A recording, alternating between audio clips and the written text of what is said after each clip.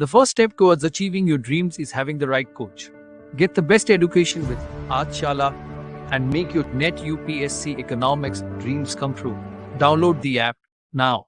Hello everyone, welcome back to the channel. I am Sunidhi Arya and I teach economics on this channel. फिलहाल हम mathematical economics को पढ़ रहे हैं. Mathematical economics के अंदर हम अभी तक सेट, रिलेशंस एंड फंक्शंस को पढ़ चुके हैं. लास्ट वीडियो तक हमने सीक्वेंस एंड सीरीज़ के टॉपिक को खत्म किया था. हमने ये समझा था कि सीक्वेंस एंड सीरीज़ क्या होता है, सीक्वेंस एंड सीरीज़ किस किस तरीके से बनते हैं, सीरीज़ कितने तरीके की होती है. उसके बाद में हमने अर्थमेटिक प्रोग्रेशन को पढ़ा, फिर हमने ज्योमेट्रिक प्रोग्रेशन को पढ़ा.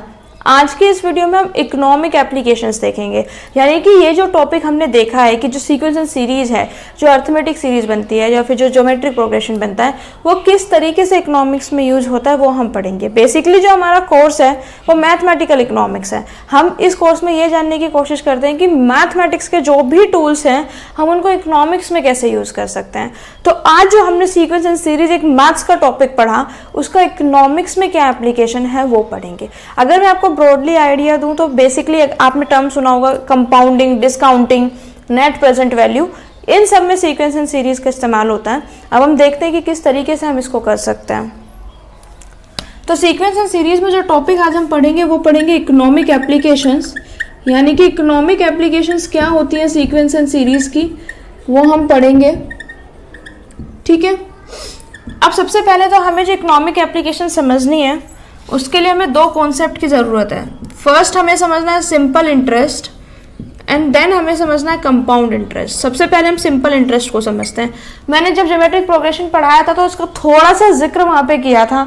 आज हम इसको डिटेल में पढ़ेंगे और इसके ऊपर एक क्वेश्चन भी करेंगे ताकि आपको समझ में आ जाए कि जो सिंपल और कंपाउंडिंग के कॉन्सेप्ट्स हैं ये किस तरीके से यूज़ हो रहे हैं. देखिए, सिंपल इंटरेस्ट का क्या मतलब होता है. सिंपल इंटरेस्ट का मतलब ये होता है कि मैंने कोई भी एक अमाउंट, लेट्स से 1 लाख रुपए, वो किसी को लोन पे दिया और लोन पे देने के बाद में मुझसे उसको रेट ऑफ इंटरेस्ट जो है, रेट ऑफ इंटरेस्ट ROI, उसको हमने बोल दिया 10%. यानी कि 1 लाख रुपया मैं तुम्हें दे रही हूँ, तुम 1 लाख रुपए का जो चाहे वो इस्तेमाल कर सकते हो. लेकिन 1 साल बाद, लेट्स से 1 साल बाद अगर तुम ये पैसा मुझे वापस करोगे तो मुझे 1 लाख रुपया नहीं चाहिए, मुझे उस पर 10% का इंटरेस्ट भी चाहिए. 1 लाख का 10% कितना होता है? आई होप इतना बेसिक कैलकुलेशन सबको आता होगा. अगर इसका हम 10% निकालेंगे तो वो क्या होगा? 10,000. ठीक है. यानी कि 1 लाख रुपया जो मैंने आज तुम्हें दिया है वो 1 साल बाद मुझे उस पर रेट ऑफ इंटरेस्ट चाहिए. मैं उसको 1 लाख वापस एक्सेप्ट नहीं करूंगी, मेरे को उसमें क्या चाहिए? रेट ऑफ इंटरेस्ट भी चाहिए. तो जब हम एक प्रिंसिपल पे, जब हम एक अमाउंट पे रेट ऑफ इंटरेस्ट लगाते हैं, ये हमारा एक प्रिंसिपल है ना, ये हमारा एक अमाउंट है ना, इस अमाउंट पे हमने रेट ऑफ इंटरेस्ट लगाया है. जब हम इस अमाउंट पे रेट ऑफ इंटरेस्ट लगाते हैं और हमें अमाउंट पे ही इंक्रीमेंट होके मिलता है, अमाउंट प्लस इंक्रीमेंट, या फिर इसको रेट ऑफ इंटरेस्ट भी बोलते हैं. तो जिसको हम क्या बोलते हैं एक्चुअल में? Accrued amount. एक्रूड अमाउंट जो होता है, यानी कि हमें फाइनल जितना भी अमाउंट मिलेगा, फाइनल अमाउंट जो भी हमारा एक्यूरल होके आएगा, एक्यूरल हम बोलते हैं जो फाइनल अमाउंट हमारा बन के आएगा, वो कितना आएगा? एक तो जितना पैसा मैंने आपको दिया वो, और साथ में जितना उस पर रेट ऑफ इंटरेस्ट लगेगा. अगर आप 1 साल के लिए पैसा ले रहे हो तो मुझे 10% रेट ऑफ इंटरेस्ट चाहिए. अगर आप 2 साल के लिए पैसा ले रहे हो तो मुझे 20% रेट ऑफ इंटरेस्ट चाहिए. अगर आप 3 साल के लिए पैसा ले रहे हो तो मुझे 30% रेट ऑफ इंटरेस्ट चाहिए. It's as simple as that. ठीक है. तो अगर हम माने कि हमारा एक प्रिंसिपल है जिसपे 100% का रेट ऑफ इंटरेस्ट है, अगर 100% का रेट ऑफ इंटरेस्ट है तो अमाउंट कितना होगा? Amount after n years. यानी कि एक n साल के बाद हमारा कितना अमाउंट जो है वो हमें वापस मिलेगा. तो लेट्स से हम इसको डिनोट करते हैं अमाउंट से AN. प्रिंसिपल तो हमें मिलेगा ही मिलेगा, प्रिंसिपल में तो कोई कंफ्यूजन है ही नहीं. प्लस हमें क्या मिलेगा? 1 + IN. अब इसको हम ब्रेक डाउन करके देखते हैं. P प्लस प्रिंसिपल तो हमें मिलेगा ही मिलेगा, साथ में इंटरेस्ट मिलेगा. इंटरेस्ट कितना मिलेगा? जितने सालों के लिए हमने लोन लिया होगा. अगर मैंने यहाँ पे आपको बताया कि अगर मैं 1 साल बाद पैसा लूंगी तो मैं 10,000 रुपये लूंगी, लेकिन जरूरी है अगर मैं लोन 1 साल के लिए लूं? ऐसा भी तो हो सकता है कि लोन मैं 2 साल के लिए लूं, लोन मैं 3 साल के लिए लूं. तो जितने भी साल के लिए मैं पैसा लूंगी उसको हम क्या कर देंगे? मल्टीप्लाई कर देंगे. तो जितना भी ईयर्स होगा उसको हम क्या कर देंगे? मल्टीप्लाई. तो आप देखिए, सबसे पहले तो मेरे को मेरा 1 लाख रुपया मिला, जैसे मैंने आपको समझाया था। फिर उस 1 लाख रुपए पे कितना इंटरेस्ट लगा, मुझे इंटरेस्ट मिला। फिर उस इंटरेस्ट के अलावा मुझे कितने सालों के लिए मिला, ईयर्स, वो फर्क पड़ता है। जितने सालों के लिए हमें मिला उतना हम उसको मल्टीप्लाई कर देंगे। अगर हम इसमें से p को कॉमन ले लें तो अंदर क्या आएगा, 1 + in, which is basically the same formula. ठीक है, यानी कि सिंपल इंटरेस्ट का सिंपल सा है, जो भी हमारा प्रिंसिपल अमाउंट हमने लेंड किया है उसी पे ही हमें पैसा मिलेगा, उसी पे ही हमें रेट ऑफ इंटरेस्ट मिलेगा। लेकिन अगर हम कंपाउंड इंटरेस्ट की बात करें, अगर हम कंपाउंड इंटरेस्ट की बात करें तो कंपाउंड इंटरेस्ट में क्या है, हमारा रेट ऑफ इंटरेस्ट पे भी इंटरेस्ट लगेगा, यानी कि रेट ऑफ इंटरेस्ट पे भी इंटरेस्ट लगेगा।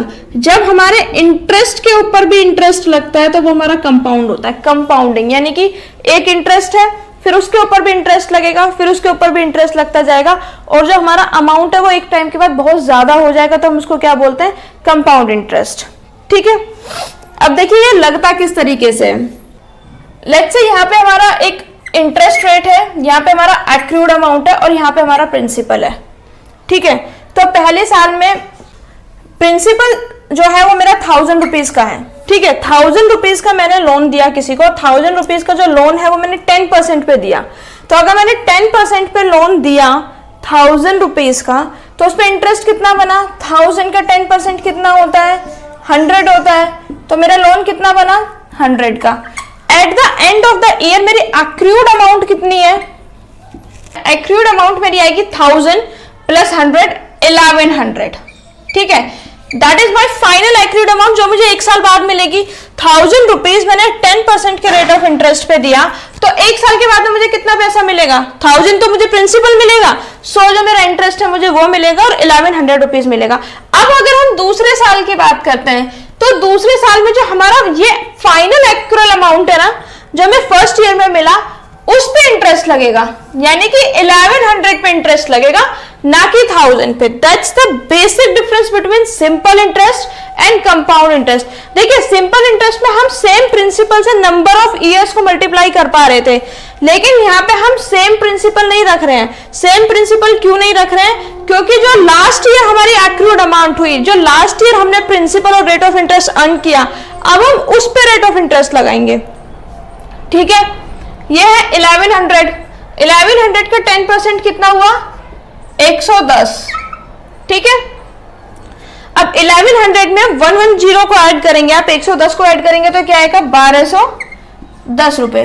अब ये जो है ये मेरा नेक्स्ट ईयर का प्रिंसिपल है, थर्ड ईयर का प्रिंसिपल क्या है मेरा, 1210।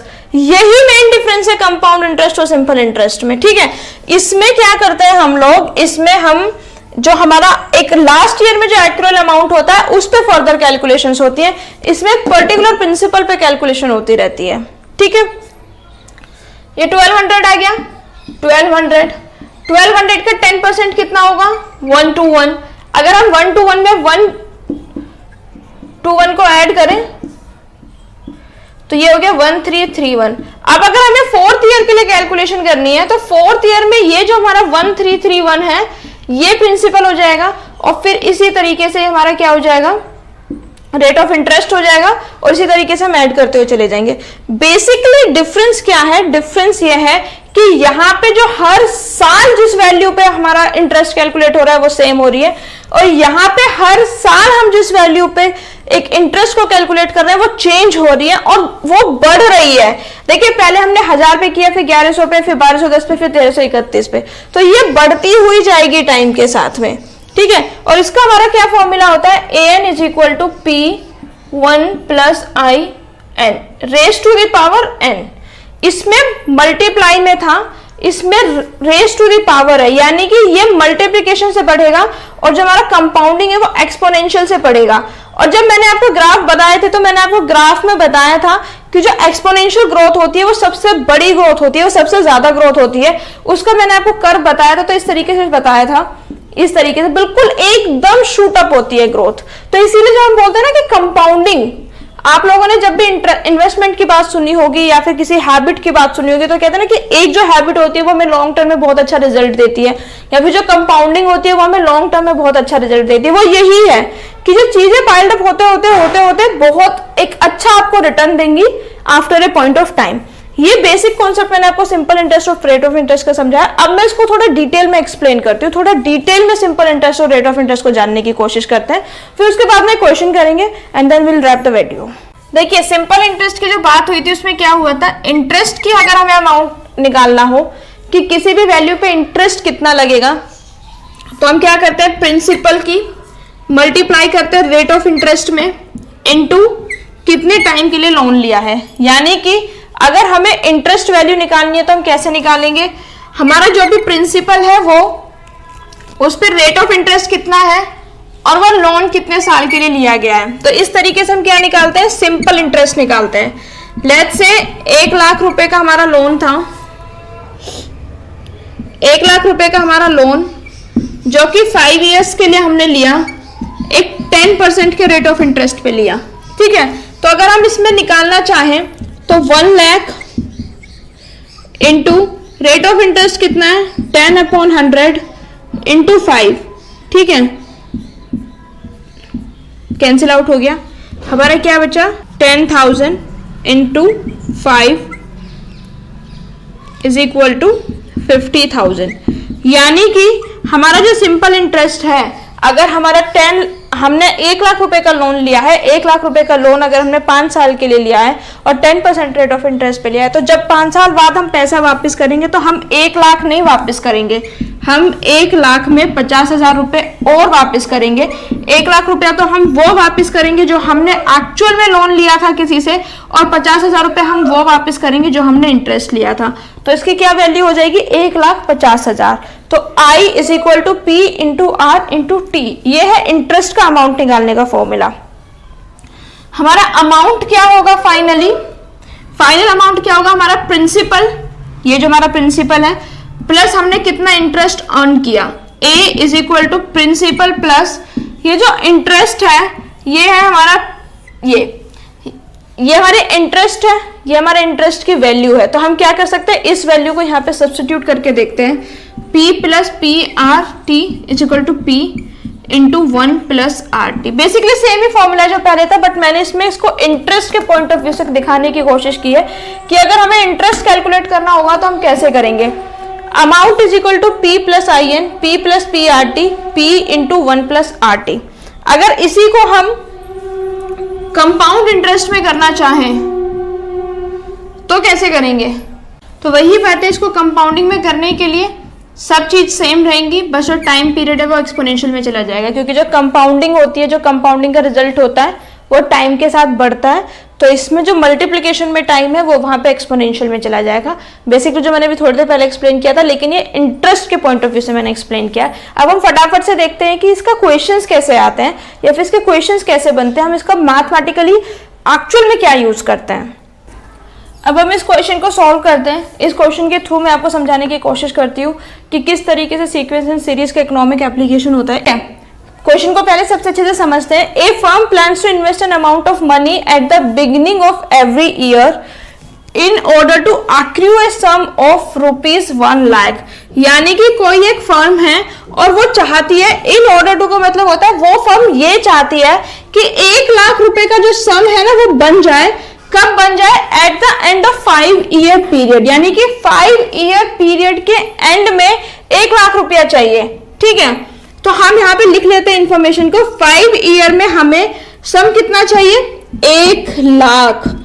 ठीक है, यानी कि एक्रूड इनकम कितनी चाहिए? एक्रूड इनकम हमको 1 लाख रुपए की चाहिए। और ये जो 1 लाख रुपए की इनकम चाहिए कितने टाइम पीरियड के लिए चाहिए? 5 ईयर्स के लिए चाहिए। What is the value of amount if investment rate is, rate of interest कितना है? 14%। यानी कि 14% की अगर कंपाउंडिंग होती है तो 5 साल में 1 लाख रुपया बन जाए, उसके लिए हमें हर साल कितना इन्वेस्ट करने की जरूरत है? हम मान लेते हैं कि जो हमें अमाउंट इन्वेस्ट करनी है एट द बिगिनिंग वो हमें करनी है B, ये हमने मान लिया। अब एक बात आप समझिए कि जो हमें फर्स्ट ईयर हमने इन्वेस्ट किया, जो मैंने पहले साल में इन्वेस्ट किया, वो मुझे कब तक रिटर्न देगी? 5 साल तक रिटर्न देगी। जब मैंने उसको सेकेंड ईयर में इन्वेस्ट किया तो वो मुझे 4 साल तक रिटर्न देगी। जब मैं उसको थर्ड ईयर में इन्वेस्ट करूंगी तो वो मेरे को 2 साल तक रिटर्न देगी। यानी कि जितना पहले मैं इन्वेस्ट करूंगी मुझे उतना ज्यादा कंसेक्यूटिव रिटर्न मिलेगा। इतनी बात तो क्लियर है, कॉमन सेंस वाली बात है, ठीक है। तो मुझे फर्स्ट ईयर में कितना अमाउंट मिलेगा? फर्स्ट ईयर में मेरे को कितना अमाउंट मिलेगा टोटल? जितना मैंने इन्वेस्ट किया होगा, साथ में 14 का अगर मैं निकालना चाहूं तो 114/100 इज इक्वल टू 1.14, ठीक है। तो B 1.14 की पावर 5। सेकेंड ईयर में मुझे कितना मिलेगा? अगर मैं सेकेंड ईयर में इन्वेस्ट करूंगी तो वो 1 साल मुझे कम मिलेगा। तो अगर 1 साल मुझे कम मिलेगा तो क्या हो जाएगा? 4। इसी तरीके से अगर थर्ड ईयर की बात करूं तो फिर 1 साल कम हो जाएगा। थर्ड ईयर में मुझे कितना मिलेगा? 1.14 की पावर 3। तो आप देख रहे हैं कंसेक्यूटिव पीरियड में टाइम जो है वो कम होता जा रहा है। अब जितना मुझे इंटरेस्ट मिलेगा या जितना भी मेरा फाइनल वैल्यू होगा वो किसके इक्वल होना चाहिए? मुझे अल्टीमेटली किसके इक्वल चाहिए? 1 लाख के इक्वल चाहिए ना। तो 1 lakh is equal to B, ये जो मेरी अमाउंट है 1.1 की पावर 5 प्लस 1.14 की पावर 4, ऐसे करते करते 1 साल वो आएगा जब मैं लास्ट ईयर में वो करूंगी। एक लास्ट ईयर में भी तो इन्वेस्ट करूंगी, जब 5th ईयर आ जाएगा और 5th ईयर में मुझे पूरा अमाउंट चाहिए तो मुझे उसके कोई पावर की जरूरत नहीं है। अब हम क्या कर सकते हैं? इस सीरीज को चेंज करके लिख सकते हैं इज इक्वल टू बी। क्या मैं 1 + 3 + 5 + 7 को 7 + 5 + 3 + 1 लिख सकती हूँ? कोई प्रॉब्लम, कोई कंफ्यूजन है? नहीं है। तो इसको हम क्या करते हैं, इस तरीके से लिखते हैं 1.14 प्लस 1.14 का स्क्वायर प्लस 1.14 का क्यूब प्लस 1.14 की पावर 5। और ये क्या हो गई? हमारी एक जीपी की सीरीज बन गई है। ये जो हमारी जीपी की सीरीज बनी है 1.14, जीपी का फॉर्मूला लगा देंगे a r की पावर n -1/1 - r। r अगर 1 से बड़ा हो तो जो मैंने आपको फॉर्मूला बताया था वही फॉर्मूला लगा देंगे 1.14। r कितना है? 1.14। n कितना है? 5 टर्म्स है -1 डिवाइडेड बाय 1। r कितना है? 1.14 - 1। इसमें वैल्यू को पुट कर देंगे। हमने वही किया, वैल्यू को पुट कर दिया है। अब इसको हम फर्दर सॉल्व करेंगे। अगर हम इस ब्रैकेट को सबसे पहले सॉल्व करते हैं 1.14 की पावर 1 - 1 तो हमारा आंसर आता है is equal to B 1.145 is equal to 1.14 ये पूरा सॉल्व करने के बाद हमारे पास आएगा 0. मैंने यहाँ पे कैलकुलेशन की हुई है, मैं उसको लिख देती हूँ 0.92541 डिवाइडेड बाय 0.14। जब हम इसको फर्दर सॉल्व करेंगे हमारी जो वैल्यू है उसको मल्टीप्लाई करने के बाद जब हम फर्दर सॉल्व करेंगे तो हमारी वैल्यू आएगी b is equal to 1.05496 divided by 0.14। इसको जब हम डिवाइड कर देंगे, डिवाइड करने के बाद में हमारी वैल्यू आएगी इज इक्वल टू b 7.5354। ये जो हमारी वैल्यूज है वो किसके इक्वल आती है? वो 1 लाख के इक्वल आती है। 1 lakh is equal to b 7.5354। अब मुझे b की वैल्यू निकालनी है तो मैं इस पर डिवाइड कर दूंगी। तो डिवाइड करने के बाद मेरी b की वैल्यू क्या आ जाएगी? 13270.69। यानी कि मैं 13270.69 इतना अमाउंट अगर पर ईयर साल की बिगिनिंग में 14% रेट ऑफ इंटरेस्ट से करूं तो वो 5 साल बाद मेरा 1 लाख रुपया बन जाएगा, अगर जो कंपाउंडिंग है वो एनुअली हो रही होगी। ठीक है, तो बेसिकली ये हमारा कॉन्सेप्ट था जिससे हमें ये समझने की कोशिश की कि जो कंपाउंडिंग है या जो कि सीक्वेंस है, सीरीज है, ज्योमेट्रिक सीरीज है, उसका बेसिकली कैसे यूज करते हैं। इससे नेक्स्ट वाली वीडियो में हम नेट प्रेजेंट वैल्यूज को पढ़ेंगे जो कि आपने बहुत सुना होगा। इसमें हमने कंपाउंडिंग को पढ़ा है, नेक्स्ट वीडियो में हम डिस्काउंटिंग को पढ़ेंगे। डिस्काउंटिंग किस तरीके से पढ़ते हैं, future cash flow, present value, उन सबको पढ़ेंगे, उन सबके कॉन्सेप्ट्स को समझेंगे। आई होप आपको आज का वीडियो बहुत अच्छा लगा होगा। अगर आपको आज का वीडियो अच्छा लगा है तो please like it, share it with your friends, subscribe to the channel. Subscribe करने के बाद नोटिफिकेशन बेल को जरूर ऑन करें ताकि नेक्स्ट टाइम में जब भी वीडियो अपलोड करूँ वो जल्द से जल्द आपको मिले। Until next time, thank you so much. Don't forget to like, share and subscribe. Thank you.